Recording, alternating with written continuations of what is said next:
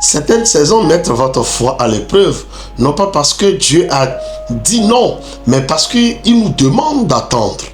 Et souvent, ce n'est pas l'épreuve elle-même qui nous fatigue, mais la durée de l'attente. Aujourd'hui, mercredi 1er juillet 2026, la sagesse du jour nous conduit vers une réalité que tout croyant rencontre un jour ou l'autre. Le retard apparent des résultats malgré les efforts, des prières et la persévérance.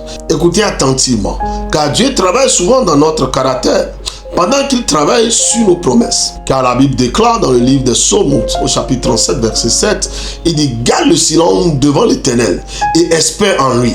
Ne t'irrite pas contre celui qui réussit dans ses voies, contre l'homme qui vient à bout de ses mauvais desseins. » Cette parole nous enseigne que l'attente n'est pas une perte de temps lorsqu'elle est vécue dans la confiance en Dieu.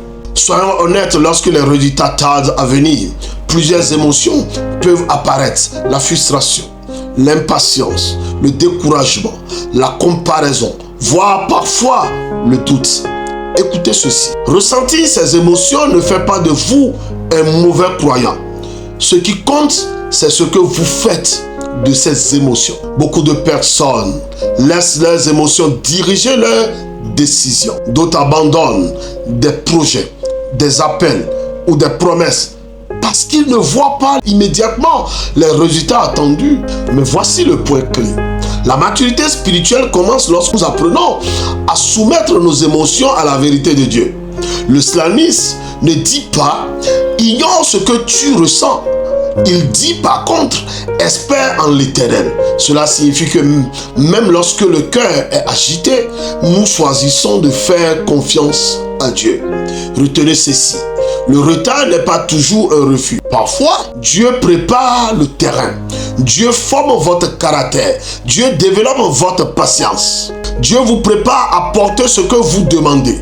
Car une bénédiction reçue trop tôt peut parfois devenir un fardeau. Retenez encore ceci. L'attente vécue avec Dieu transforme l'impatience en sagesse. Répétez après moi avec foi. Père éternel, au nom puissant de Jésus-Christ, apprends-moi à te faire confiance dans les saisons d'attente. Lorsque mes émotions deviennent lourdes et que les résultats tardent à venir, donne-moi un cœur patient, stable et rempli d'espérance. Transforme mes frustrations en maturité, mes inquiétudes en confiance et mes attentes en témoignage de ta fidélité. Amen. Que cette parole vous rappelle que Dieu n'est jamais en retard, même lorsque tout semble tarder. Ne permettez pas à vos émotions de vous éloigner des promesses de Dieu. Restez fidèles, restez patients, restez attachés à Dieu.